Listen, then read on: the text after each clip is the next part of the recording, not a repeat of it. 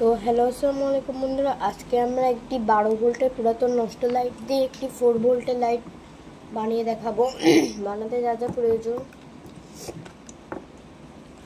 এই যে এটা মোটরসাইকেলের একটা পুরাতন লাইট।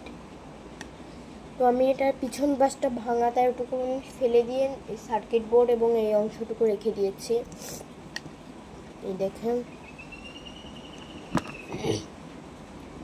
এবং তারপরে যেটি লাগবে আমি কাজটা দেখিয়ে দিই। আমি এখানে অনেকগুলো লাইট প্যারালালে কানেকশন করছি, মানে প্লাস প্লাস একসাথে দিয়েছি এবং মাইনাস আর মাইনাস একসাথে দিয়েছি। তো আপনারা দেখতে পাচ্ছেন, মানে প্লাস এবং প্লাস সব এক জায়গায় লাগানো এবং মাইনাস আর মাইনাস এক জায়গায় লাগানো। তো আমি এর ভিতরে এটাকে সেট করে নেব। তো বন্ধুরা, এবার আমাদের যে কাজটি করতে হবে, গ্লু গানের এই যে স্টিক হয়, এই স্টিক দিয়ে আমাদেরকে এই পিছনের ক্যাপটা আটকে দিতে হবে।